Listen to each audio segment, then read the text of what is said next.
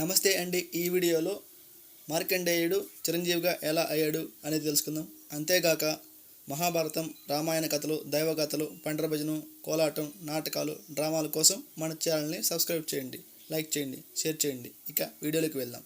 మురుకుండు, మనశ్విని అనే దంపతులు తమ జీవితకాలం దేవుణ్ణి ఆరాధిస్తూ గడిపారు.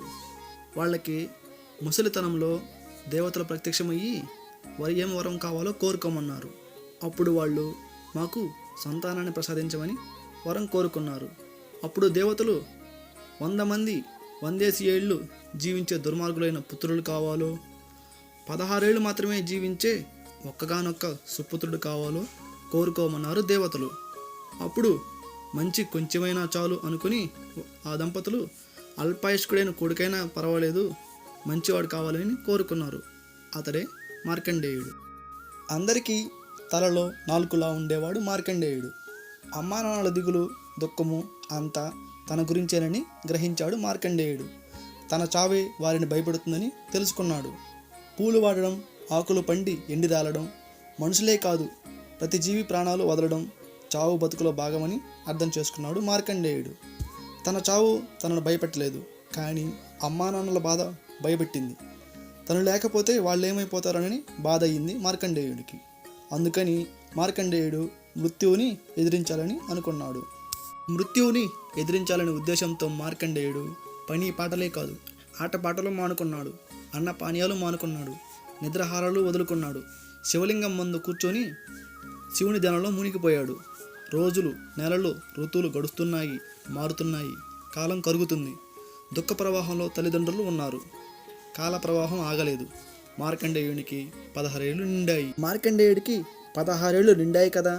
అతనిని తీసుకుపోవడానికి యమదూతలు వచ్చారు. యమదూతలు వచ్చి ఆ బాలుని సమీపించడానికి సాహసం చేయలేక వాళ్ళు వెనుదిరిగిపోయారు. ఈసారి యముడే వచ్చాడు. యమపాశంతో దున్నపోతుని ఎక్కి వచ్చాడు. అంతిమ గడియలు అసన్నమయ్యాయని తనను అనుసరించి తనతో రావాలని అడిగాడు యముడు. అప్పుడు మార్కండేయులు పూజ పూర్తి కాకుండా రాలేని చెప్పాడు. అప్పుడు యముడు పాశాన్ని విసిరాడు. అప్పుడు ఆ బాలుడి ప్రాణం రాలేదు. యమునికి ఏం చేయాలో దిక్కు తోచలేదు. ఆఖరి అస్త్రంగా తన పాశాన్ని మార్కండేయుని మీదకు వదిలాడు. కానీ మార్కండేయునితో పాటుగా ఉన్న శివలింగానికి ఆ పాశం తగలగానే శివుడు కాళరుద్రుడై బయటికి ఉరికాడు.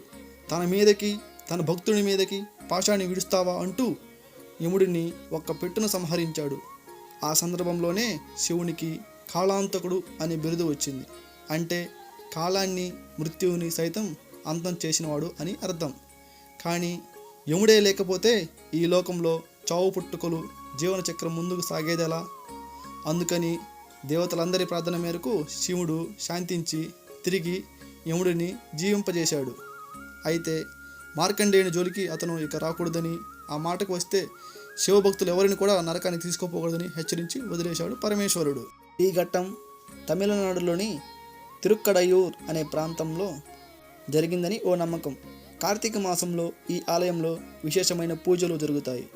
మార్కండేయుడు అప్పటి నుంచి చిరంజీవిగా ఉండటమే కాకుండా అష్టాదశ పురాణాలలో ఒకటైన మార్కండేయ పురాణాన్ని కూడా రాశాడు. శివకేశవులు లీలలే కాకుండా దేవి మహత్యం కూడా ఈ లోకంలో నిలిచిపోయేలా ఈ పురాణం సాగుతుంది. ఇలాంటి వీడియోస్ మీరు చూస్తున్నట్లయితే, మీకు నచ్చినట్లయితే దయచేసి మన ఛానల్ని సబ్స్క్రైబ్ చేయండి, అలాగే లైక్ చేయండి, షేర్ చేయండి. Thank you.